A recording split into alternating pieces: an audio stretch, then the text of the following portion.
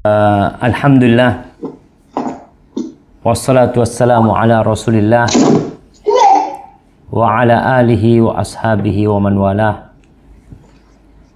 Amma ba'd.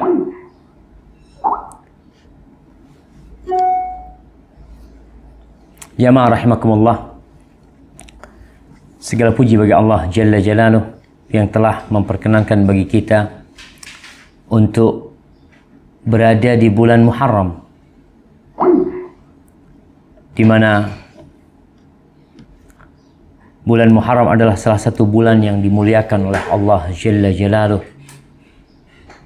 Bahkan sebentar lagi kita akan memasuki Ashura, tanggal 9, tanggal 10 ya, tanggal 10 Muharram, di mana Allah Jalla Jalaluh menyelamatkan Nabi Musa alaihissalam dari Fir'aun, dan kita diperintahkan oleh Nabi alaihissalam untuk ikut berpuasa pada tanggal 10 Muharram. Allahumma salli wa sallim, kita bersalawat dan bersalam untuk Nabi alaihissalam dan untuk keluarga beliau, untuk istri-istri beliau, untuk putra-putri beliau, dan untuk seluruh sahabat Nabi. Semoga Allah meridhai kita bersama mereka.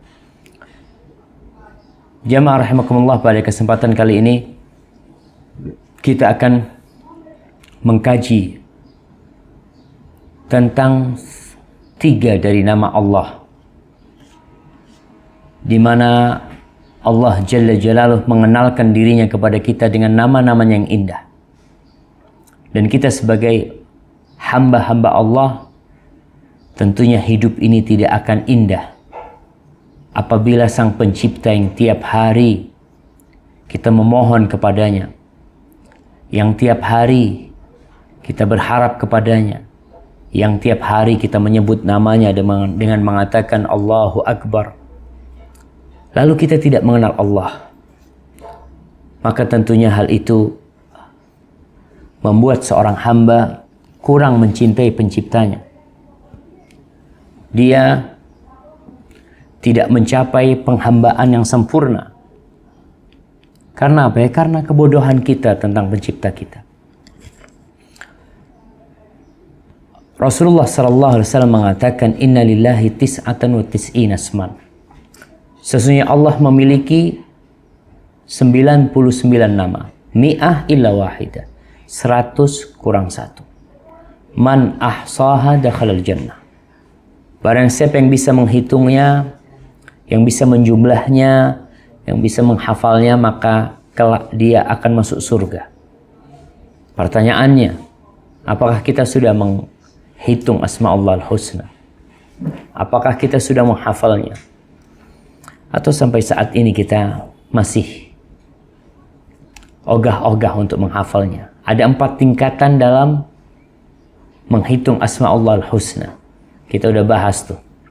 Tingkatan pertama, menghitung lafalnya dengan hanya menghafal 99 nama itu. Yang kedua, kita menghafalnya dan juga memahami artinya. Artinya mungkin tingkatan anak-anak kecil dia menghafal. Tapi tatkala kita sudah dewasa, kita sudah bisa berpikir dan memahami, maka kita memahaminya. Yang ketiga, kita berdoa dengan nama-nama Allah. Yang keempat, kita beribadah dengan nama-nama Allah. Artinya aktivitas kita dalam kehidupan ini dibalut dengan ilmu yang kita miliki, bahwa Allah Maha mendengar, bahwa Allah Maha melihat, bahwa Allah Maha mengawasi, bahwa Allah Maha memberi, bahwa Allah Maha segala-galanya. Allah mampu berkuasa atas segala yang Dia kehendaki. Dan pada kesempatan kali ini kita akan membahas tentang nama Al-Ali, Al-A'la, Al-Muta'ali. Al-Ali, Al-A'la, Al-Muta'ali. Ketika kita sujud, kita mengatakan Subhana Rabbiyal A'la wa bihamdi. Ketika ketika sujud kita mengatakan hal itu. Allah mengatakan Sabbihisma Rabbikal A'la. Kemudian di ayat kursi. Wala ya'uduhu hifdhuhuma wa huwal aliyul azim. Artinya Ali itu yang maha tinggi, Al-A'la yang paling tinggi, Al-Muta'al yang dia memang berada tinggi di atas sana. Kita udah tahu nih bahwasanya Allah Jalla Jalaluh Al-Ali, dia maha tinggi dan dia berada di atas sana. Dan nama-nama Allah berdasarkan ayat-ayat yang tadi kita bacakan berkaitan dengan Al-Muta'ali, Allah sebutkan di surah Ar-Ra'd ayat 9. Allah mengatakan Alimul ghaibi wasyahadatil kabirul muta'al. Ini nama semuanya menunjukkan ketinggian Allah secara mutlak dari semua sisinya. Allah tinggi dengan zatnya. Ingat, Allah tinggi dengan zatnya. Beliau di atas semua ciptaannya. Beliau terpisah dari makhluk-makhluknya. Allah mengatakan Ar-Rahman 'alal arsy istawa di surat Thaha. Allah mengatakan Ar-Rahman 'alal arsy istawa. Allah Ar-Rahman, dia yang maha pengasih. Di atas arsy-Nya dia beristiwa. Di atas arsy-Nya dia beristiwa. Apa makna istiwa? Allah mengatakan alal arsy, di atas arsy. Beliau di atas, Allah di atas, dan dia beristiwa di atasnya. Apa makna istiwa? Di dalam terjemahan bahasa Indonesia diterjemahkan istiwa dengan bersemayam.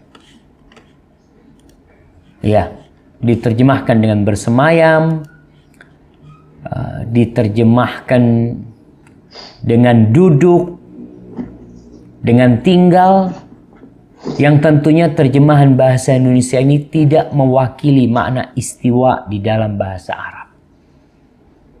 Sehingga orang berpikir, nggak mungkinlah Allah duduk, kata dia. Nah, karena makna istiwa memang bukan bersemayam. Para ulama salaf dari kalangan ahli bahasa bersepakat bahwa makna istiwa adalah ala wartafa, yaitu berada di atas, tinggi, di ketinggian. Itu makna istawa. Adapun arsy adalah singgasana kekuasaan Allah.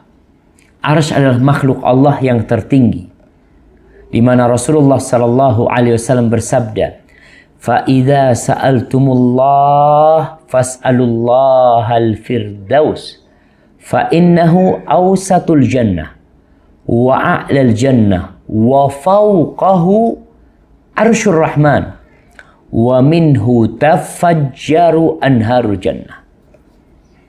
Kata Nabi SAW, jika kalian meminta kepada Allah, maka mintalah Al-Firdaus, surga Firdaus. Kenapa? Karena itu adalah surga yang paling indah. Karena itu adalah surga yang paling tinggi. Di atasnya adalah arsy Allah. Di atasnya adalah arsy Allah. Dan dari sanalah sungai-sungai surga mengalir. Dan ingat bahwasanya arsy adalah makhluk Allah yang terbesar. Allah mensifatinya Al-Arsyul Azim. Azim, besar sekali, agung sekali.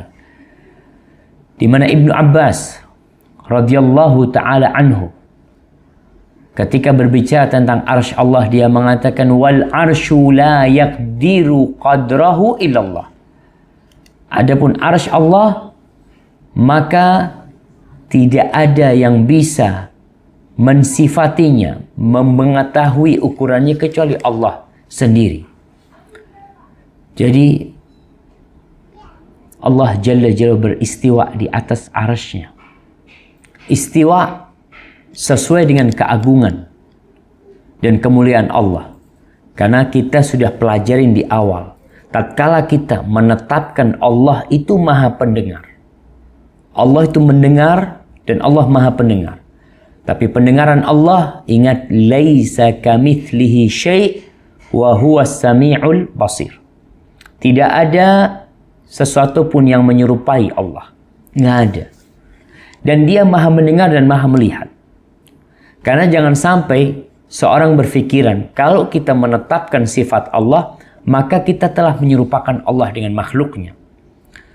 Allah sendiri yang menetapkan sifatnya, tapi sifat itu tidak sama dengan sifat makhluknya. Ketika orang mengatakan, kalau kita menetapkan Allah itu mendengar, manusia mendengar, binatang mendengar, berarti kita telah menyamakan Allah dengan makhluknya, maka ini pemikiran yang kurang tepat. Nggak lurus. Kenapa? Karena pendengaran Allah tidak sama dengan pendengaran makhluknya. Penglihatan Allah, kita mengatakan Allah basir. Allah melihat hambanya. Tapi manusia juga basir. Manusia punya basar. Punya penglihatan. Tapi tentunya laisa kamitslihi syai' wa huwas samiul basir. Tidak ada yang menyerupai Allah. Sesuatu pun nggak ada. Dan dia Allah as-samiul basir. Kemudian ada yang menerjemahkan bahwasanya istawa itu artinya istaula. Menguasai. Jamaah, Allah menyebutkan istawa di dalam Al-Quranul Karim sebanyak 7 kali. Dan Allah menyebutkan kisah-kisah Nabi Musa di banyak surat dalam Al-Quranul Karim. Kadangkala gaya bahasanya dirubah. Kosakatanya diganti oleh Allah Jalla Jalaluhu. Tapi dalam urusan istawa tidak pernah Allah Jalla Jalaluhu mengganti istawa dengan istaula. Nggak ada. Ini pertanda bahwa memang yang diinginkan oleh Allah agar difahami oleh hamba-hambanya, Allah itu istawa, yang artinya berada tinggi di atas sana. Tentunya ketinggian itu yang sesuai dengan keagungan dan kesempurnaan Allah Jalla Jalaluhu. Jadi yang pertama kita tetapkan Allah itu istawa. Alal arsy, di atas tinggi di sana Allah Jalla Jalaluhu.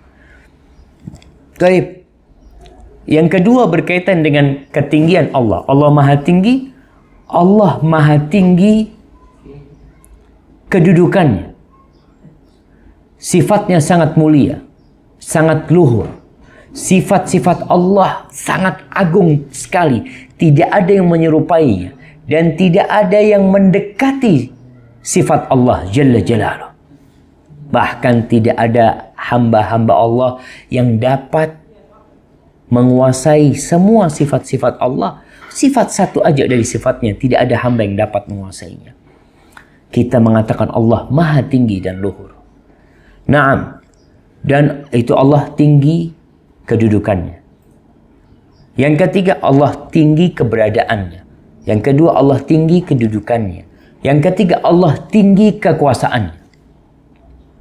Di mana seluruh makhluk Allah dikuasai Allah. Semuanya. Semua ciptaan Allah itu ubun-ubunnya dipegang dalam kekuasaan Sang Pencipta. Tidak ada yang bergerak di alam ini dan tidak ada yang diam di alam ini kecuali dengan izin Allah Jalla Jalaluhu. Jamaah nih, kita sekarang, Ana bisa menyampaikan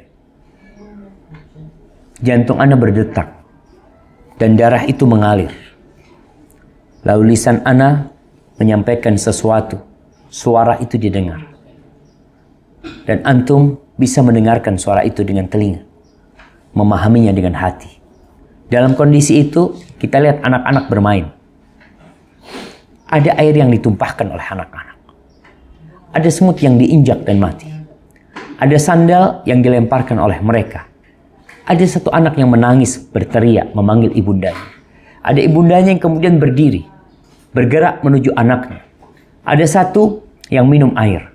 Ada satu yang makan. Apa aja. Semuanya yang terjadi itu dengan izin Allah. Ini kita bicara ketinggian Allah dengan kekuasaan.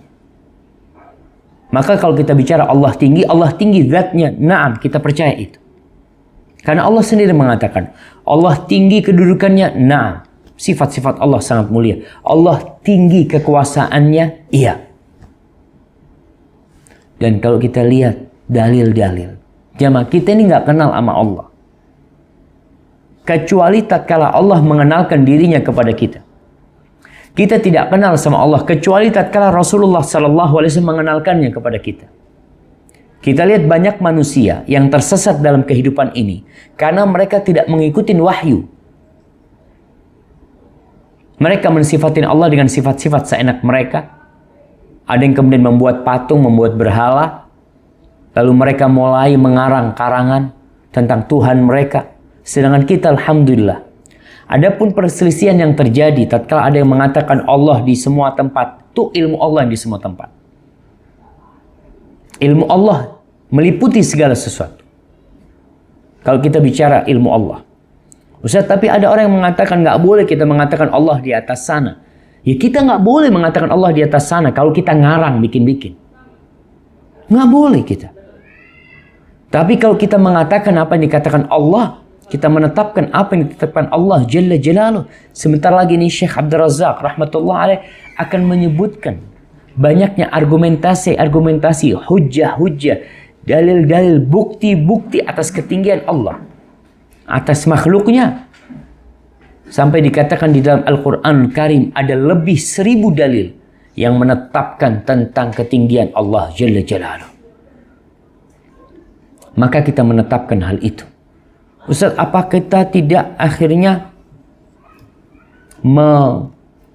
menyerupakan Allah dengan makhluknya? Tidak sama sekali. Seperti yang kita sampaikan tentang Allah Maha Mendengar. Allah Maha Mendengar. Apakah ketika katakan Allah Maha Mendengar sama dengan pendengaran makhluknya? La.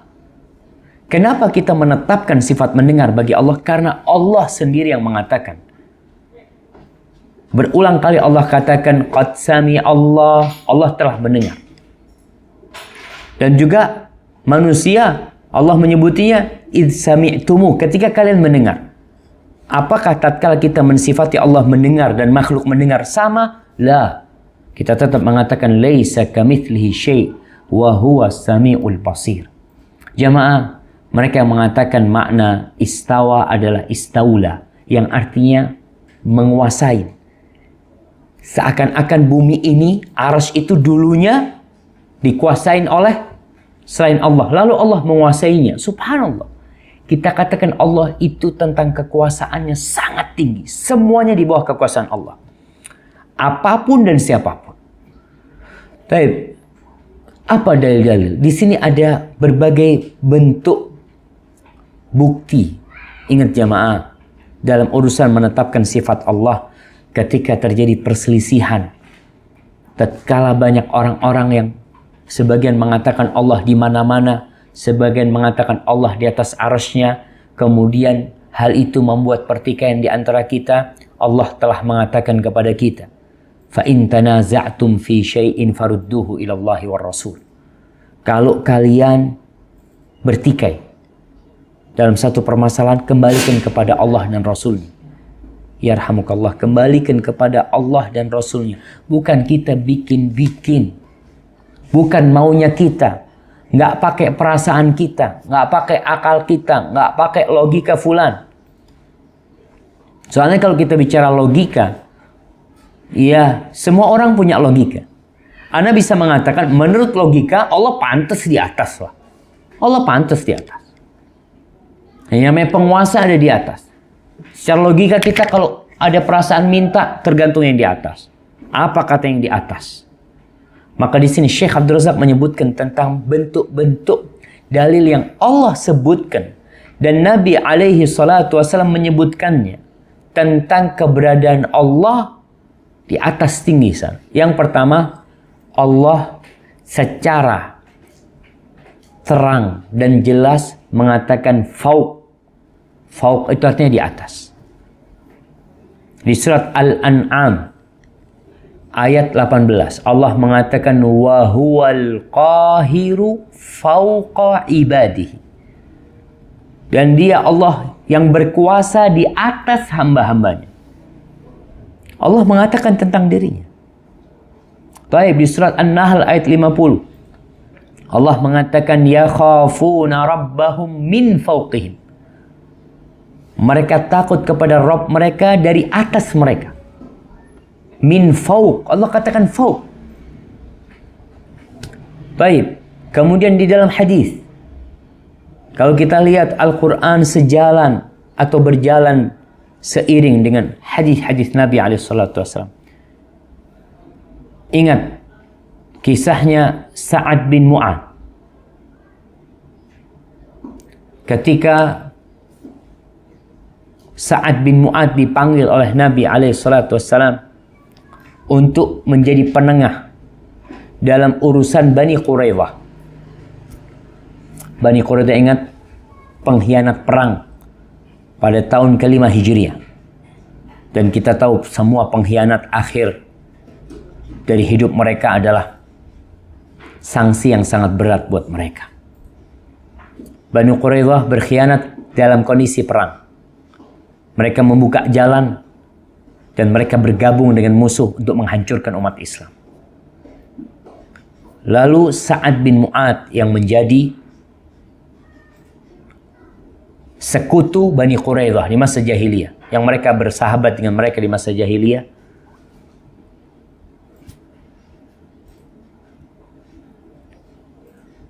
Sa'ad diminta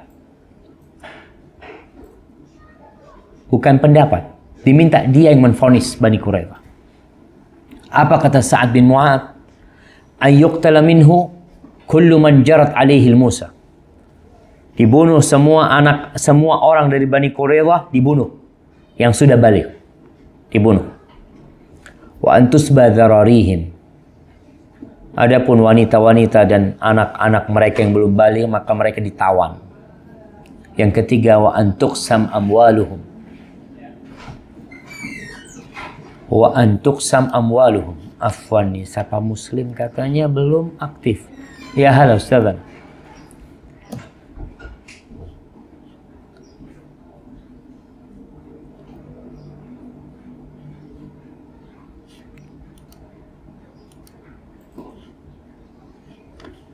Ajib. Khalas. Ta'akkad minhu. Baik, kembali kepada ucapan Sa'ad. Hartanya dibagi. Lalu ketika disebutkan vonis yang diberikan oleh Sa'ad bin Mu'adz kepada Bani Quraidah, apa kata Nabi SAW? Laqad hakamta fihim. Engkau telah memutuskan sebuah keputusan dalam urusan mereka bihukmillah alladhi hakama bihi fawqa sab'i samawat. Yang Allah telah memutuskannya dengan keputusan itu sama dengan keputusan dari atas fauqa, artinya di atas langit ketujuh. Hadis ini sahih. Ini menunjukkan bahwasanya Allah berada di atas. Ada yang mengatakan iya, kekuasaan, pusat kekuasaan Allah itu di atas. Allah mengaturnya dari mana? Nggak tahu dari mana. Subhanallah. Allah mengaturnya dari atas. Dia sendiri yang mengatakan. Baik, bentuk dalil yang kedua. Allah dengan jelas dan lugas mengatakan bahwasanya urusan-urusan itu naik kepadanya subhanahu wa ta'ala. Naik kepada Allah. Allah mengatakan di surat As-Sajdah, yudabbirul amra minas sama'i ilal ard thumma ya'ruju ilaih. Allah tuh yang mengurusi urusan dari langit ke bumi. Kemudian urusan itu naik kepada Allah Subhanahu wa taala. Allah mengatakan naik kepada Allah. Ini Allah yang mengatakan. Kemudian di surah Al-Ma'arij ayat 3 dan 4 Allah mengatakan minallah dzil ma'arij ta'rujul malaikatu warruhu ilaih. Dikatakan malaikat dan ruh yakni Jibril itu naik kepada Allah Jalla Jalla. Allah dzul ma'arij, itu malaikat dan ruh naik kepada Allah. Ingat, ini Allah yang mengatakan. Artinya mungkin sebagian enggak, mungkin itu makna kiasan macam-macam. Tadi udah disebutkan. Kalau itu makna kiasan, maka seperti istawa akan disebutkan di ayat lain pengganti kata istawa dengan istaula yang dimaksudkan oleh sebagian kelompok. atau sebagian firqah dalam Islam itu. Taib, ini uruj. Taib ketiga, at-tasrih bis-su'ud. Jadi kalau Mi'raj itu tempat naik, jadi su'ud ini tempat ke atas, menuju ke atas. Allah menyebutkan di surat Fatir ayat 1, bahwasanya ilaihi yas'adul kalimut thayyib. Allah katakan uruj, Allah katakan juga su'ud, yang maknanya dekat. Artinya naik juga ke atas. Mendaki nih. Ucapan-ucapan yang baik itu mendaki ketujuh Allah. Di surah Fatir ayat 10 Allah mengatakan ilaihi yas'adul kalimut thayyib wal amalu salih yarfa'uh. Kepadanya, yakni kepada Allah mendaki itu ucapan-ucapan yang baik dan amal yang soleh diangkat oleh Allah. Baik. Ini Allah mengatakan itu. Nabi pun juga mengatakan hal itu. Di dalam hadis yang diriwayatkan Imam Bukhari dan Muslim, Rasulullah sallallahu alaihi wasallam bersabda, "Man tasaddaqa bi'idli tamratin min kasbi thayyib." Barang siapa yang sedekah dengan satu kurma dari hasil yang baik, atau dengan satu wadah kurma dengan hasil yang baik, wala yas'adu ilallahi illa thayyib, dan tidak mendaki naik kepada Allah kecuali yang baik. Allah mengatakan, Nabi mengatakan, wala yas'adu ilallah. Artinya dia tuh tidak naik mendaki menuju Allah kecuali yang baik. Allah mengatakan hal itu. Fa innallaha yataqabbaluha biyaminihi. Lalu tuh Allah menerimanya dengan kanannya. Thumma yurabbiha li sahibiha kama yurabbi ahadukum fuluwahu hatta takuna mithl jabal. Kemudian Allah mengembangkan itu sedekah yang hanya kurma, seperti kalian bagaimana membesarkan, merawat, mendidik anak ontanya sampai seperti gunung. Jadi ini yang ketiga. Yang kedua Allah mengatakan uruj, yang berarti naik, su'ud yang mungkin berarti mendaki, yang sama-sama naik artinya ke atas. Dan yang keempat, Allah dengan jelas menyebutkan bahwa dia mengangkat sebagian makhluknya. Allah mengangkat sebagian makhluknya. Seperti Nabi Isa alaihissalam di surat An-Nisa ayat 158 ketika Allah bercerita tentang Nabi Musa. Apa kata Allah? Bal rafa'ahullah ilaih. Bal rafa'ahullah ilaih. Tapi Allah mengangkatnya kepadanya. Kepada siapa? Dalam bahasa Arab, dhamir itu, nya itu kembali kepada yang terdekat. Ucapan atau penyebutan yang terdekat. Penyebutan terdekat adalah Allah. Bal rafa'ahullah, akan tetapi Allah mengangkatnya kepada dia. Allah mengangkat, berarti Allah di atas. Kemudian di surat Ali Imran ayat 55. Allah mengatakan inni mutawaffika wa ini potongan ayat. Jadi sebenarnya ayatnya panjang, cuma karena bab tentang ketinggian Allah ini diperbincangkan, dipertikaikan oleh sebagian orang. Bahkan ada yang jelas-jelas menolak, gak mungkin Allah di atas, gak mungkin Allah di atas arsy-Nya. Maka perlu kiranya kita mengkaji secara detail tentang hal ini. Di surat Ali Imran ayat 55 Allah mengatakan kepada Nabi Musa alaihissalam, inni mutawaffika wa rafi'uka ilayya. Sesungguhnya aku akan mematikan dan mengangkatmu kepadaku, kata Allah. Mengangkatmu kepadaku. Mengangkat itu ke arah mana? Ke arah atas, bukan ke arah samping. Allah mengatakan hal itu. Ayat yang kelima, Allah dengan jelas mengatakan dia menurunkan Alkitab, menurunkan Al-Quranul Karim. Ini banyak ayat.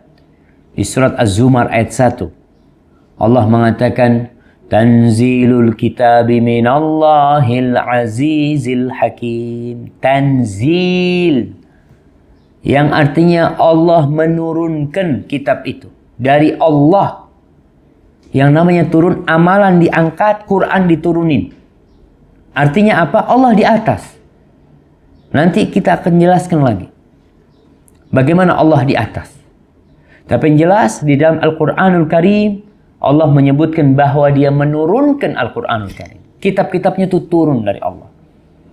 Dan di surat Sajdah, ayat kedua, Allah mengatakan, Tanzilul kitabi la raiba fi min rabbil alamin. Tuh Allah turunkan kitab yang tidak ada keraguan di dalamnya. Dari siapa? Dari Rabbul Alamin. Dari Allah Rabbul Alamin. Yang keenam, Allah menjelaskan atau dengan lugas dan jelas dia mengatakan ada di langit. Di atas langit sana. Di surat Al-Mulk ayat 16 dan 17. Allah mengatakan, Aamintum man fis samai ay yakhsifa bikumul ard fa idza hiya tamur. Apakah kalian merasa aman dengan yang berada di langit? Di atas langit sana tuh. Dia bisa membuat bumi ini terbelah dan menelan kalian dalam kondisi kalian sedang beraktivitas, dalam kondisi bumi itu sedang berjalan. Aamintum man fis sama. Apakah kalian merasa aman dengan yang di langit? Dia bisa mengirimkan ayyursila alaikum hasiba. Dia mengirimkan kepada kalian hujan batu atau apa kepada kalian. Fasata'lamuna kaifa nadhir. Kalian akan tahu bagaimana tuh peringatan-peringatan Allah tuh yang Allah kirimkan. Ini di surat Al-Mulk. Kita hafal surat Mulk. Kita dianjurkan membacanya. Dan di situ disebutkan bahwa Allah fis sama. Allah itu di atas langit sana. Baik. 1000 dalil jemaah. Dari Al-Quran Karim yang menjelaskan Allah ada di atas sana. Ingat, kita nggak perlu pakai logika kita dalam urusan yang Allah sudah menetapkannya. Tapi kau pakai logikamu silahkan. Tapi jangan sampai akhirnya kau gunakan logika untuk menolak ayat-ayat Allah. Karena kau katakan, aduh menurut akal Anda sih nggak mungkin. Ini bertentangan. Itu kan perasaanmu. Tapi di dalam hadis yang disebutkan oleh Imam Muslim, dari hadis Muawiyah ibnul Hakam radhiyallahu anhu. Muawiyah ibnul Hakam radhiyallahu anhu, dia pernah memukul budaknya. Lalu dia menyesal, dia ingin membebaskan budaknya.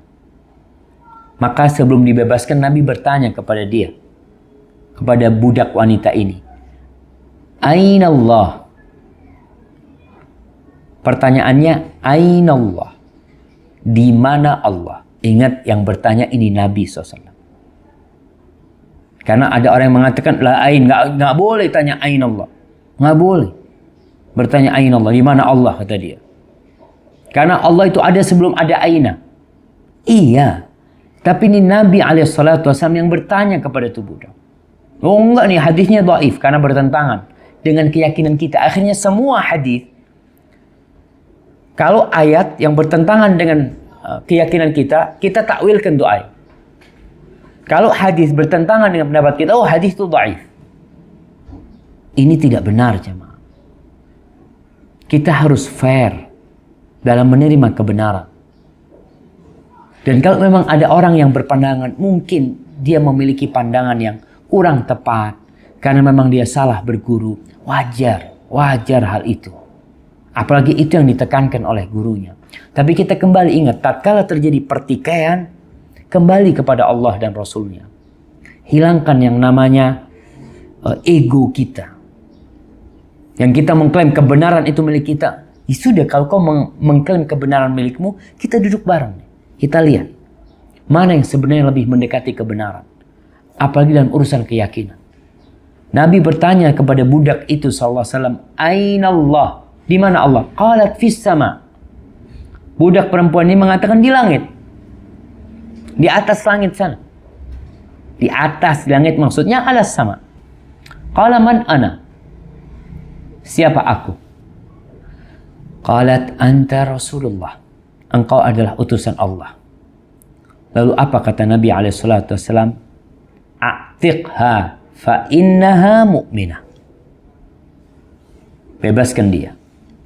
Sesungguhnya dia adalah orang yang beriman. Subhanallah. Ketika orang ini meyakini Allah fis sama, Nabi tidak meluruskan dia. Karena itulah yang benar. Kemudian dalam hadis yang diriwayatkan Imam Tirmidzi dari Abdullah bin Amr bin As radhiyallahu taala anhuma. Qala Rasulullah sallallahu alaihi wasallam. Rasulullah sallallahu alaihi wasallam bersabda, Ar-Rahimun yarhamuhumur Rahman. Orang-orang yang mengasihi akan dikasihi oleh Allah Ar-Rahman. Irhamu man fil ardi yarhamukum man fis sama. Kata Nabi, kalian kasihi yang di bumi, maka niscaya akan mengasihi kalian yang berada di langit, di atas langit sana, fis sama. Ini Nabi yang mengatakan hal itu. Artinya ucapan di atas langit, ucapan di atas arasy, itu adalah ucapan yang terbiasa. Sehingga nanti kita akan lihat bagaimana disebutkan ijma' ulama salaf bahwasanya Allah di atas. Allah berada di sana. Kemudian mulai terjadi penyimpangan-penyimpangan dalam keyakinan ini. Ya, ketika umat Islam mulai belajar falsafat, ya, mereka belajar pemikiran-pemikiran yang bukan dari Islam, yang awalnya secara fitrah orang akan menerima. Baik, Allah menyebutkan dalam Al-Quran Karim dan Nabi menyebutkan bahwa Allah fis sama, Allah di atas langit sana. Baik, bentuk pendalilan yang ketujuh. Dengan jelas kita diperintahkan untuk mengangkat tangan kepadanya. Mengangkat tangan kepada Allah. Minta nih sama Allah. Ada yang mengatakan, itu angkat tangan kepada Allah itu bukan karena Allah di atas, karena kiblatnya doa di atas. Nah, ada yang berucap seperti itu. Ya Allah. Di sini kita lihat. Apa kata Nabi SAW? Innallaha hayyun karim. Sesungguhnya Allah itu maha pemalu. Karim. Allah maha mulia. Kita baca nih hadis ini. Yastahi idza rafa'a ar-rajulu ilaihi yadayhi. Allah malu ketika seorang mengangkat tangan kepadanya. Idza rafa'a ar-rajulu ilaihi, kepada Allah, yadayhi, kedua tangannya kepada Allah. Bukan karena kiblatnya, tapi karena kita mengangkat kepada Allah, minta sama Allah yang ada di atas. Ayyaruddahuma sifran khaibatain. Lalu Allah menolaknya kosong, hampa. Allah malu tuh. Jadi ingat, di sini bukan karena kiblat doa itu ke langit, tapi karena Nabi mengatakan SAW, Allah itu malu ketika seorang hamba mengangkat tangannya ilaihi. Kepada siapa ilaihi? Ilallah. Kepada Allah Jalla Jalaluh. Ini yang seharusnya kita fahami. Bahwasanya bukan kiblatnya doa, tapi karena Allah ada di sana. Baik, yang kedelapan, isyarat kepadanya. Isyarat kepada Allah. Secara nyata, isyarat itu menuju ke atas. Sebagaimana Nabi telah mengisyaratkan. Nabi nih. Jadi kita berisyarat Allah di sana, boleh apa enggak? Oh, enggak boleh kau. Berarti kau menyamakan Allah dengan makhluknya. La. Kita lihat Nabi SAW. Ketika Nabi pada hari Arafah, dalam satu pertemuan yang sangat agung, di hari yang sangat suci, di tempat yang sangat mulia, Nabi mengatakan kepada para sahabatnya ketika haji wada, wa antum tus'aluna anni fama antum qailun. Kalian akan ditanya tentang aku. Nanti Allah akan bertanya kepada umat Islam tentang Nabi Muhammad SAW. Fama antum qailun. apa yang akan kalian katakan nanti? Qalu nashhadu annaka qad ballaghta wa addaita wa nasahta. Kami akan menjadi saksi bahwa engkau telah menyampaikan. Kau udah nyampaikan. Dan engkau telah menunaikan tugasmu. Dan engkau telah memberikan nasihat, memberikan kebaikan kepada umat. Faqala bi isba'ihi as-sabbaba yarfa'uha ila sama. Nabi alaihissalatu wassalam mengatakan dengan tangannya, yarfa'uha ila sama, yang diangkat ke langit. Wa yankutuha ila nas, yang kemudian ditunjukkan kepada manusia dengan mengatakan Allahumma syhad, Allahumma syhad. Ya Allah, kau jadi saksi tuh, ya Allah. Kau jadi saksi 3 kali.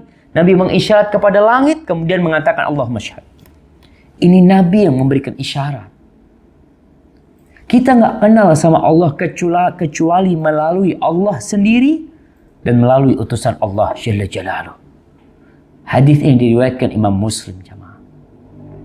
Yang ke-9. Ini bentuk pendalilan bahwasanya Allah di langit.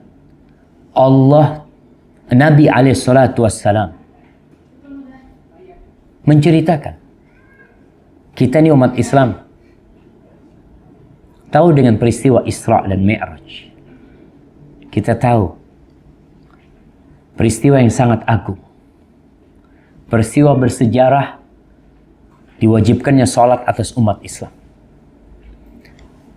Dalam hadis yang diriwayatkan Imam Bukhari dan Muslim, yang mungkin setiap tahun kita baca, karena ada orang-orang yang memperingati Isra Mi'raj, mereka mengadakan acara itu, kau baca tuh. Tentang kisah apa? Kita tahu seharusnya kita memperingati Isra Mi'raj itu bukan setahun sekali, tapi sehari 5 waktu. Plus salat-salat sunnah, itu kita memperingati Isra Mi'raj Nabi alaihissalatu wassalam. Dalam kisah itu, kita ketika sholat akan merasakan nih tentang kisah ini. Bagaimana Nabi Musa alaihissalam, bagaimana Nabi Muhammad alaihissalatu wassalam bolak-balik dari langit ke-7 berjumpa dengan Nabi Musa alaihissalam. Pada malam itu, ketika Nabi Musa mengatakan kepada Nabi Muhammad alaihissalatu wassalam, kau nggak mungkin kuat umatmu tuh. 50 sholat, aduh nggak mungkin kuat. Aku sudah pernah ngopeni itu Bani Israel, nggak bakal. Kau minta keringanan dari Allah. Bolak-balik nih, Nabi menuju Allah. Fayas'adu ila rabbih. Disebutkan bagaimana Nabi mendaki naik menuju Rabbnya. Thumma ya'udu ila Musa. Dari atas turun lagi menjumpai Nabi Musa alaihissalam. Dan hadis tentang Isra Mi'raj ini disebutkan dalam Sahihain, dalam Sahih Bukhari dan Muslim. Maka ahibati, apa kita nggak yakin Allah ada di atas? Taib. Kemudian yang ke-10. Allah memberitakan, Allah menginformasikan kepada kita tentang Fir'aun. Ketika Fir'aun ingin naik ke langit. Ngapain Fir'aun naik ke langit?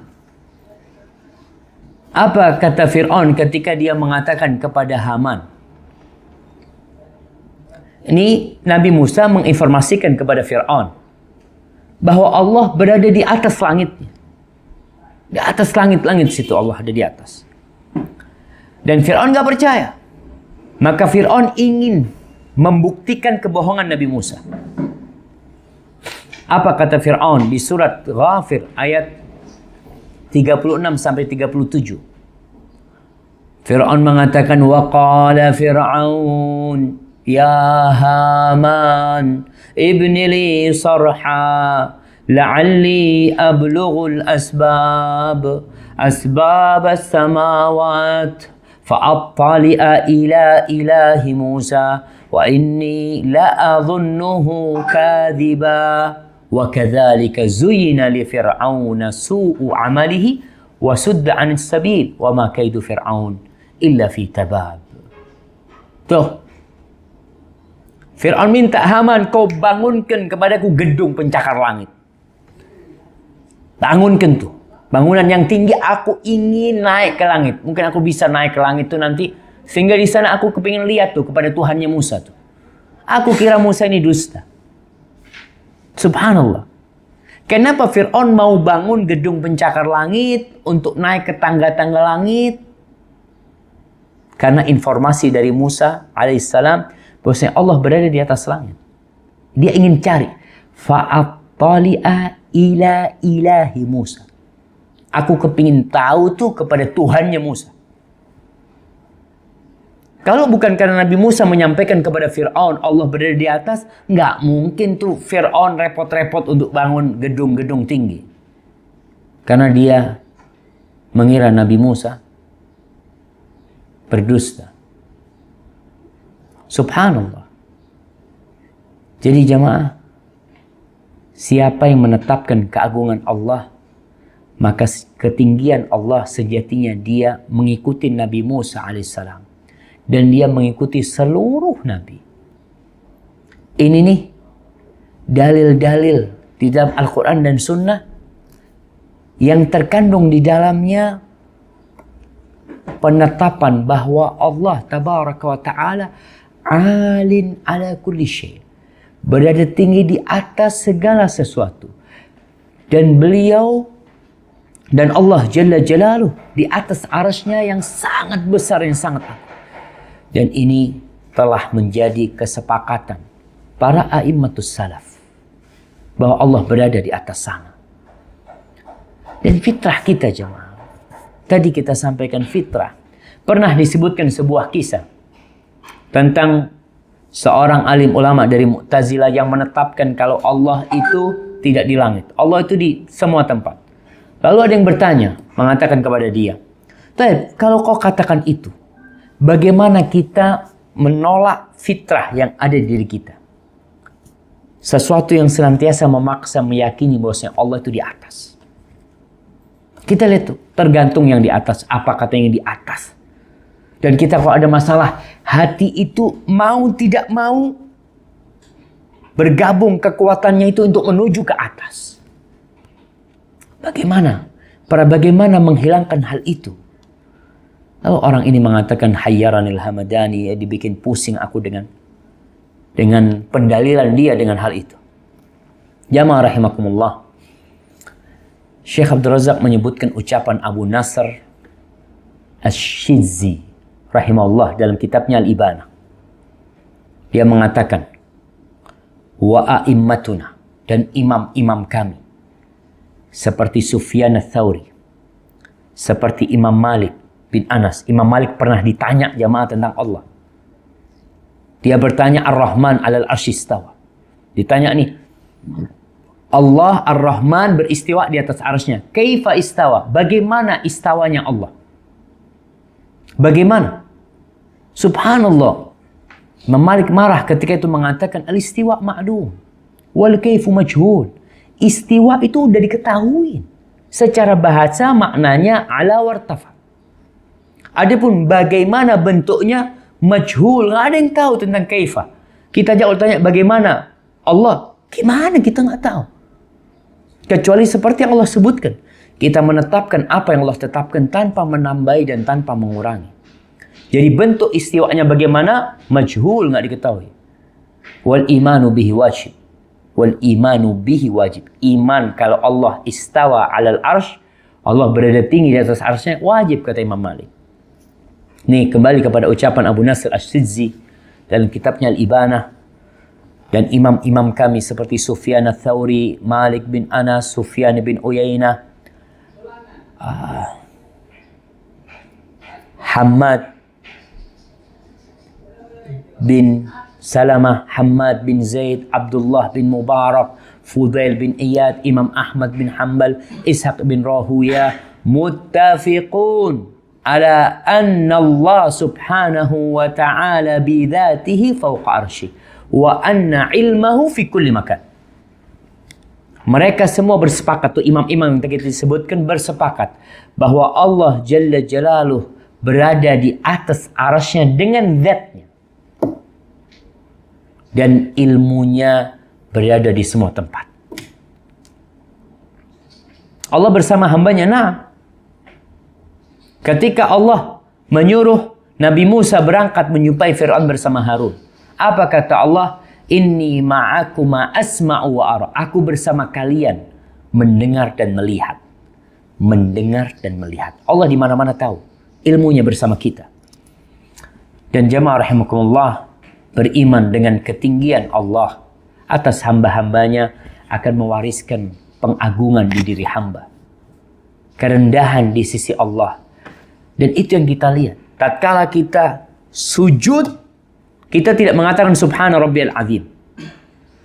Ketika kita meletakkan kening kita di tempat yang paling rendah, lebih rendah daripada pantat kita, di situ kita mengatakan subhana rabbiyal a'la wa bihamdih. Jadi jamaah, kita menetapkan Allah di atas arasy-Nya dengan zat-Nya, bukan karena keinginan kita. Artinya perasaan kita. Enggak. Jadi kalau ada orang mengatakan, nih orang-orang yang mengatakan Allah istawa, memang bersemayam duduk di atas arasy-Nya, kembali kita sampaikan bahwasanya makna duduk di atas arasy-Nya, makna istawa itu duduk, maka tidak tepat. Karena yang disebutkan istawa yang artinya tinggi dan berada di atas. Maka orang yang menetapkan hal itu karena memang Allah yang menceritakan dan Nabi yang menyampaikan kepada kita, maka niscaya kita akan semakin takut kepada Allah Jalla Jalaluh. Kemudian kalau kita melihat ucapan-ucapan para ulama yang mereka berbincang tentang Allah Jalla Jalaluh berada di atas arasy-Nya. Imam Muhammad bin Ishaq bin Khuzaimah mengatakan, fanahnu nu'min. Dia mengatakan kami beriman. Dalam kitabnya Tauhid dia mengatakan, wa nahnu nu'min bi khabarillah jalla wa ala. Kita beriman dengan informasi yang Allah sampaikan. Kita beriman dengan informasi yang datang dari Allah. Anna khaliqana mustawin ala arsyihi. Kalau Allah pencipta kita beristiwa di atas arasy-Nya. La nubaddilu kalam Allah. Kita tidak mengganti kalam Allah. Wala naqulu qawlan ghairal ladzi qila lana. Kita juga tidak mengatakan ucapan selain yang dikatakan kepada kita. Kama qalatil mu'attilah wal jahamiyah. Sebagaimana ucapan mu'attilah dan jahamiyah. Orang-orang yang menafikan sifat Allah. Dari jahamiyah juga. Bahwasanya innahu istawla ala arsyihi lastawa. Kalau Allah itu menguasai di atas arsy-Nya. Kalau kita bicara nguasain, Allah itu nguasain semuanya. Allah itu menguasai. Makanya nggak boleh kita katakan, kalau maknanya istawa itu istawla, Allah istawa ala Indonesia, Allah istawa ala al-bait, Allah istawa ala himar, yang artinya menguasai. Allah menguasai keledai, Allah menguasai bumi, Allah menguasai mentari, Allah menguasai bintang-bintang, Allah menguasai pepohonan, Allah menguasai laut. Kalau kita bicara istawa artinya istawla. Allah itu bukan cuma arsy-Nya. Allah menguasai semuanya. Jadi ingat, sebagaimana kata Ibn Khuzaimah, orang-orang yang mengatakan istawla ala arsyihi, Allah menguasai di atas arsy-Nya, bukan tinggi berada di atas arsy-Nya. Fabaddalu qawlan ghairal ladzi qila lahum. Mereka telah merubah ucapan yang tidak dikatakan kepada mereka. Maka ingat, kita ucapkan seperti apa yang Allah katakan. Baik. Al-Imam Abul Hasan Ali bin Mahdi At-Tabari dalam kitabnya Ta'wil Al-Ayat Al-Mushkilah, dalam penakwilan ayat-ayat yang bermasalah, yang rancu, di halaman 178, dia mengatakan dia ini adalah syuyukhul al-asyairah al-awwalin. Syekhnya orang-orang yang berakidah Asy'ariyah yang awal-awal. Dia mengatakan wa mimma yadullu ala anna al-istiwa hahuna laisa bil istila. Dia mengatakan, dan yang membuktikan bahwasanya makna istiwa di tempat ini, yakni Ar-Rahman 'alal 'arsy istawa, surat Thaha, itu bukan berarti istilah, bukan berarti menguasai. Annahu law kana kadzalik, kalau maknanya istawa itu istawla, lam yakun yanbaghi an yakhussal al-arsha bil istila alaihi duna sa'iri khalqi. Maka nggak boleh tuh, nggak seharusnya dikhususkan arsy. Allah menguasai arsy, tidak makhluk-makhluk yang lainnya selain makhluk-makhluk lainnya. Jadi kalau kita bicara makna istawa itu istaula, istawa artinya menguasai seperti makna istaula, maka nggak boleh kita mengatakan Allah hanya arsy yang dikuasain. Idh huwa mustawlin 'alal arsy 'ala sa'iri khalqihi wa laysa lil arsy maziyatun 'ala ma wasafathu. Dia katakan dia menguasai arsy dan menguasai semua ciptaannya, tidak ada kelebihan tersendiri sehingga harus dikatakan Allah beristiwa di atas arsy-Nya, menguasai arsy-Nya. Ingat, ini ucapan mereka. Jadi jamaah,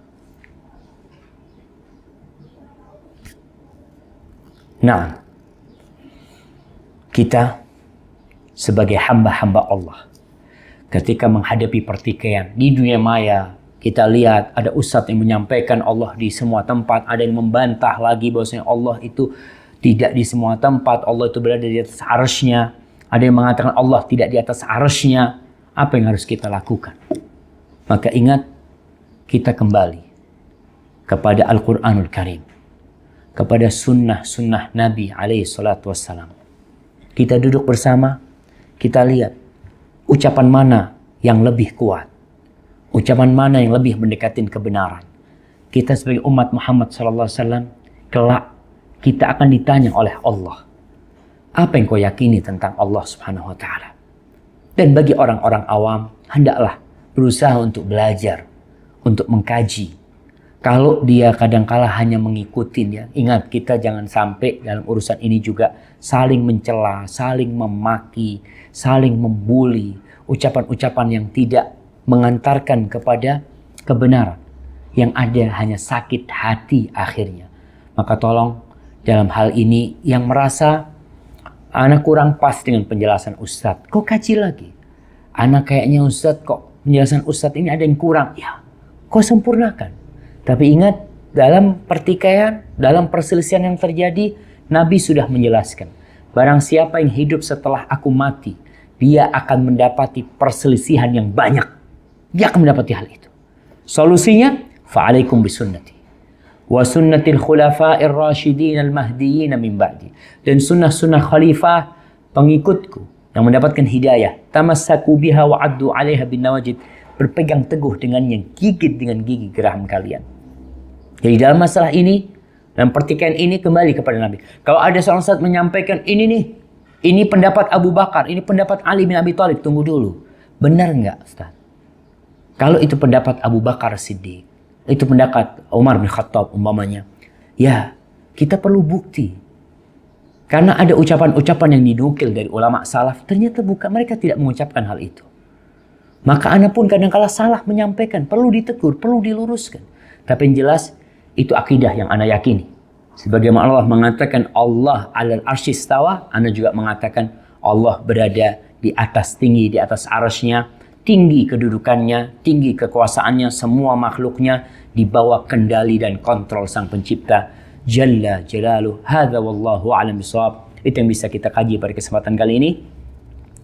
Kalau ada pertanyaan, tafadhal.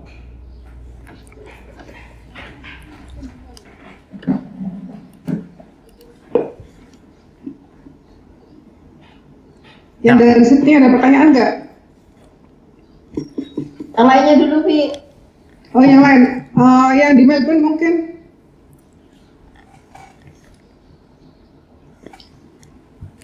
Yang di Melbourne nggak ada, yang di Jepang nggak ada.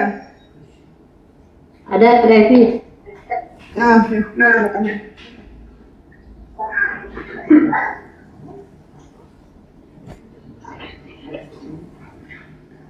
Assalamualaikum Ustaz.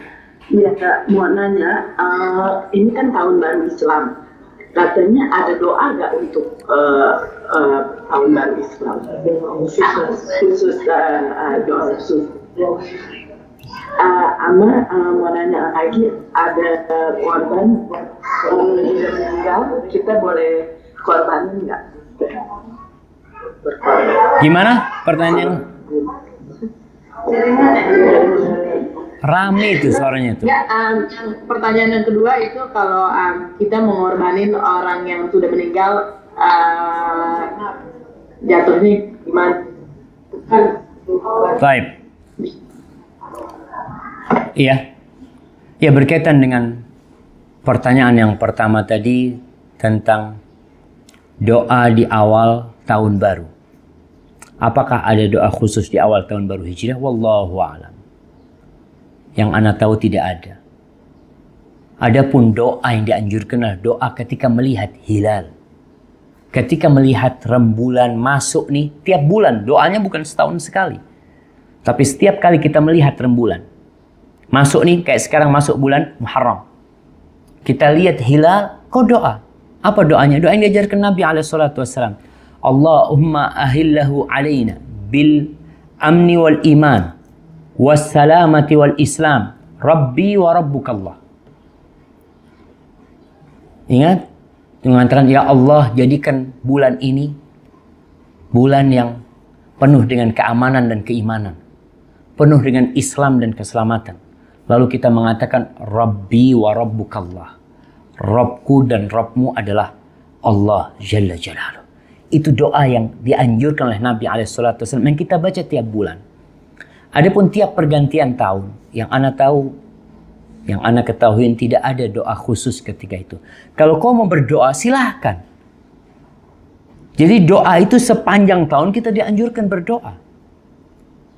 Tidak hanya di waktu-waktu khusus, ada waktu-waktu yang mustajab. Tapi kalau kita mengkhususkan sebuah doa untuk tahun baru, maka ya yang ana ketahui selama ini, afwan, itu ilmu ana. Ana nggak tahu. Ada doa untuk tahun baru, apalagi tahun baru Masehi ya, karena orang pada mendoakan ya selamat tahun baru. Kalau kita mau mengucapkan selamat kepada saudara kita, maka bukan selamat tahunnya, tapi kau semoga selamat dalam kehidupan ini. Kita dianjurkan untuk mengucapkan selamat ya, dianjurkan ketika Idul Adha, ketika Idul Fitri, mengucapkan doa-doa selamat kepada mereka. Tapi untuk tahun baru, sepanjang yang anak ketahui tidak ada. Pertanyaan yang kedua berkaitan dengan kurban. Apakah boleh kita berkorban untuk orang yang meninggal dunia? Boleh aja, itu termasuk sedekah buat orang yang berkorban. Dan Rasul Shallallahu Alaihi Wasallam pernah ditanya tentang bersedekah buat seorang ibu. Kalau nggak salah Sa'ad bin Ubadah yang mengatakan ibuku meninggal dunia, belum sempat dia berwasiat. Apakah kalau aku sedekah buat ibuku itu berguna? Maka kata Nabi SAW, tasaddaq anha, kau sedekah buat ibumu. Silakan, jadi berkorban untuk yang meninggal dunia itu diperbolehkan dan semoga Allah menerimanya. Tapi ingat, jangan cuma korban untuk yang meninggal dunia. Kau yang hidup juga perlu berkorban. Hadza wallahu a'lam bishawab. Nah, Ustadz, ini ada pertanyaan Ustadz di luar tema. Apabila seorang istri suaminya tidak sholat, tapi udah diingatkan, apakah si istri akan bertanggung jawab depan Allah, Ustadz? nah, berkaitan dengan amar ma'ruf nahi munkar. Babnya ini bab amar ma'ruf nahi munkar. Kita ingat di surat Al-Asr, Allah menyebutkan 4 syarat orang akan terhindar dari kerugian. Yang pertama, ilmu, iman. Yang kedua, beramal. Yang ketiga, watawasau bil haq. Dia saling mengingatkan kepada kebenaran. Yang keempat, watawasau bis sabr. Dia saling mewasiatkan kepada kesabaran. Artinya seorang istri yang mendapati suaminya tidak sholat atau sholatnya bolong-bolong, maka dia diperintahkan untuk mengingatkan. Sampai kapan? Sampai mati. Itu suami dia. Jangan pernah bosan. Kau harus sabar. Nabi Nuh alaihissalam berapa tahun mengingatkan umatnya? 950 tahun. Jadi nggak perlu berkata, aku sudah berulang kali. Nggak masalah kau berulang kali. Mungkin kali sekarang dia dapat hidayah. Mungkin kali ini dia mendengarkan. Mungkin kali yang ke-100, yang ke-1000. Dan ingat, setiap amar ma'ruf yang kau lakukan itu akan dicatat sama Allah. Dan tatkala engkau nanti pada hari kiamat disidang tentang perkara-perkara yang berkaitan dengan dirimu, yang mungkin salah satunya masalah kemungkaran yang kau lihat di rumah. Kenapa kau biarkan hal itu? Kenapa kau tidak menegur? Nanti engkau akan bisa menjawab. Kalau ternyata kau sudah melaksanakan tugas dengan benar, alhamdulillah. Tapi kalau ternyata belum, maka engkau akan mendapatkan hisab. Jadi tetap bersabar. Allah mengatakan wa'mur ahlaka bis-shalah wastabir 'alaiha. Kata Allah, suruh keluargamu menegakkan sholat, mendirikan sholat, dan kau sabar. Artinya sabar. Ketika mentok dapat suami yang nggak bener, Ustaz, kayaknya udah bahaya kalau anak terus bersama dia. Anak-anak jadi nggak sholat juga kalau kumpul sama dia. Di sini kadang-kala seorang wanita berhak untuk gugat cerai. Barakallahu fiik. Nah, Silakan yang lain. Dari sini. Iya, ya. Waalaikumsalam warahmatullahi wabarakatuh. Fadal. Sini di luar teh. Naam, tafadhal. Ya, Ustaz, saya mau tanya. Kalau seorang istri kan harus kata suami ya, Ustaz. Ya. Nah, suka ada perbedaan pendapat atau pikiran antara suami sama ibunya. Jadi suami memperbolehkan istri gituin apa aja, tapi ibunya nggak suka. Kalau itu suami kasih kebebasan atau kebahagiaan untuk si istri. Jadi ini si istri harus mengikuti kata suami atau gimana, Ustaz? Jazakallahu khairan, Ustaz. Itu ibunya suami. Ibunya suami, Ustaz. Ibunya suami ya. Jadi ibunya suami menginginkan sesuatu yang lain. Ya, tapi suami ini selalu setuju apa yang dilakukan si istri, cuman di mata ibunya itu nggak boleh begitu. Jadi si suami kasih bebasan kepada istri. Jadi bingung si istri, Ustaz. Bisa kasih contoh? Ya, contohnya gini, Ustaz ya. Kan saya ada orang tua Indonesia. Sekarang ini cuman tinggal ibu saya, abah saya udah meninggal. Nah, Kepinginan saya itu tiap tahun pulang untuk silaturahmi. Si Iya. suami larang saya, cuman mungkin kurang setuju ibunya kalau setiap tahun emang biaya atau yang lainnya. ya. Kalau suami saya sih boleh-boleh aja, Ustadz. Terus bagaimana nih si menantu menghadapinya? Ya. Masya Allah, Masya Allah. Iya. Jadi sebenarnya kalau kita lihat, ketika suami beda sama ibunya, yang harus dilakukan oleh mertua ini ngomong sama anaknya. Ngomong sama anaknya supaya di rumah itu tidak terjadi dua kepemimpinan. Kalau si anak ini dilarang sama ibunya, kok nggak boleh? Artinya si ibu melarang suami untuk memperbolehkan istrinya tiap tahun pulang umpamanya. Bagaimana sikap menantu ini dan sikap seorang istri? Dia nurut sama mertuanya. Kenapa? Karena yang terjadi si anak ini nggak nurut sama ibunya. Kalau kondisinya seperti itu. Artinya si ibu tidak ingin, si anak membolehkan. Padahal seorang anak harus taat dan patuh sama ibunya selama hal itu tidak bertentangan ya.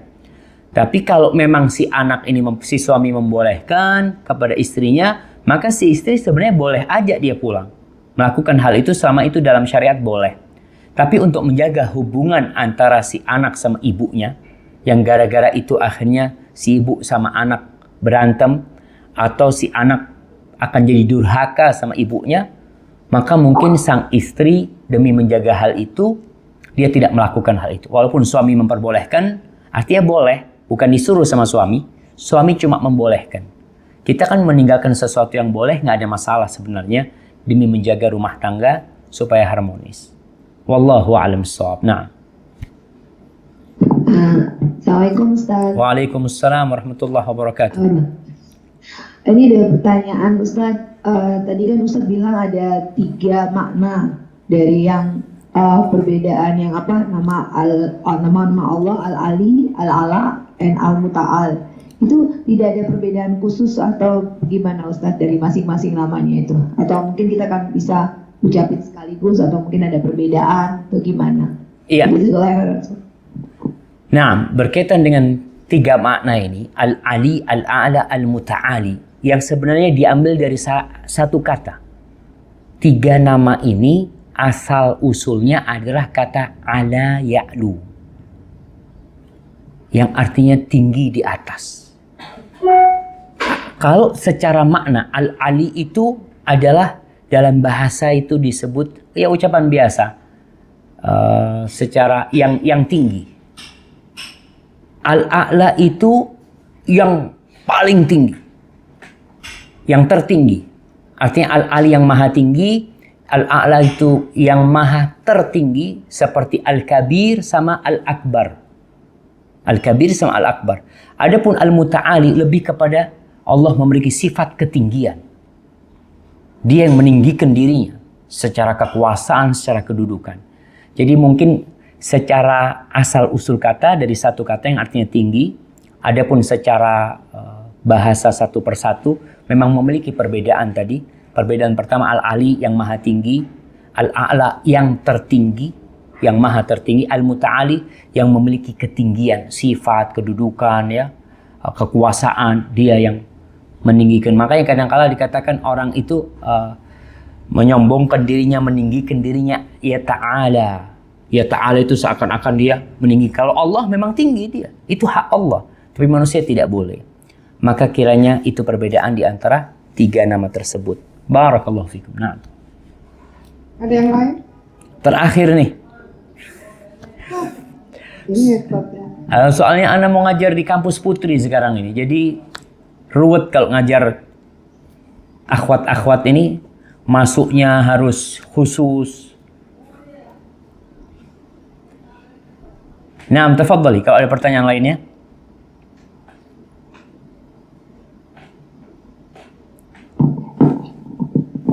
Assalamualaikum warahmatullahi wabarakatuh. Waalaikumsalam warahmatullahi Terakhir Ustaz ya. wabarakatuh. Siap. Ini nggak sama dengan materi. Sekarang saya mau nanya, kalau seumpama kan suami ini kita nyuruh kita untuk berbuat sesuatu, kayaknya mungkin kita disuruh for good ke Indonesia gitu ya Ustaz ya. Tapi si istri ini nggak mau karena lantaran anak gitu kan, anaknya masih sekolah gitu kan, suruh nunggu bentar. Tapi akhirnya malah jadi pertengkaran antara suami istri, jadi berargumentasi gitu, nggak ada yang mau ngalah. Itu tuh intinya dosa nggak ya Ustaz ya kalau ngelawan suami kayak gitu? Ya for good itu kayak sorry dokter, maksudnya sementara pulang ke Indonesia dulu, nanti balik lagi ke sini. Nah, si istri ini berkekeh untuk mau tetap tinggal dulu karena anak masih sekolah. Dia nggak bisa pisah sama suaminya. Ribut gitu, tapi akhirnya nggak ada yang mau ngalah, akhirnya tetap tinggal di sini. Terus istrinya itu dosa atau gimana Ustaz? Nah, ya jadi memang kita punya masalah sama perempuan ya. Memang perempuan ini dari bahan dasarnya bengkok, kata Nabi SAW ya. Terkadang perempuan itu ingin rumah tangga harmonis, ingin tidak ada permasalahan. Ketika suami ngomong tidak umpamanya, atau dia ngomong kau berangkat ke sana, kadangkala istri ini maksa, enggak ini itu macam-macam ya. Si suami mungkin iya nggak apa-apa lah, tapi dia simpen tuh dalam dirinya tuh. Mulai nih ada sesuatu yang dia lihat, oh istriku nih nggak penurut, belum soleha istriku ini. Kadang-kala dia mengatakan itu dalam dirinya, walaupun dia mengizinkan. Seperti terjadi tadi sampaikan, keributan terjadi yang akhirnya si istri bertahan nggak pulang ke Indonesia. Tapi sang suami akan menyimpan. Padahal kata Nabi SAW, perempuan yang paling indah, perempuan yang paling cantik adalah yang kalau kau pandang menyenangkan hati, yang kalau disuruh taat dan patuh. Kadangkala wanita itu jadi indah bukan karena raut wajahnya yang cantik, tapi karena perilakunya yang membuat hati suaminya adem gitu ya. Jadi kalau dikatakan tadi apakah dosa? Ya kalau dia menentang, maka dia telah menentang perintah suaminya dan berdosa. Padahal diperintahkan taat. Kecuali dalam urusan yang bermaksiat kepada Allah SWT. Jadi Anda rasa kau perlu minta maaf sama suami. Datang, sampaikan, aku minta maaf kalau keberadaanku ini karena terpaksa. Kau akhirnya menerima karena terpaksa. Tapi kadang-kala tadi suami mulai menyimpan sesuatu dalam dirinya, istriku tidak soleha, tidak penurut, kayaknya aku perlu nambah satu lagi nih, cari yang penurut, yang taat ya. Kadang-kala seperti itu. Maka ana rasa kau perlu minta maaf, datang ke suami, semoga suami memaafkanmu, insya Allah selesai masalah. Barakallahu fiik. Taib, kayaknya udah cukup nih Kak. Iya, iya Kak. Ya, ana minta maaf, semoga bermanfaat kajian kita pada kesempatan kali ini. Apabila yang ana sampaikan benar itu dari Allah Jalla Jalaluh, kalau ada yang salah dan kurang berkenan itu dari diri ana pribadi, Allah dan Rasulnya terbebaskan dari kesalahan itu. Subhanakallahumma bihamdika asyhadu an la ilaha illa anta astaghfiruka wa atubu ilaik. Wassalamualaikum warahmatullahi wabarakatuh.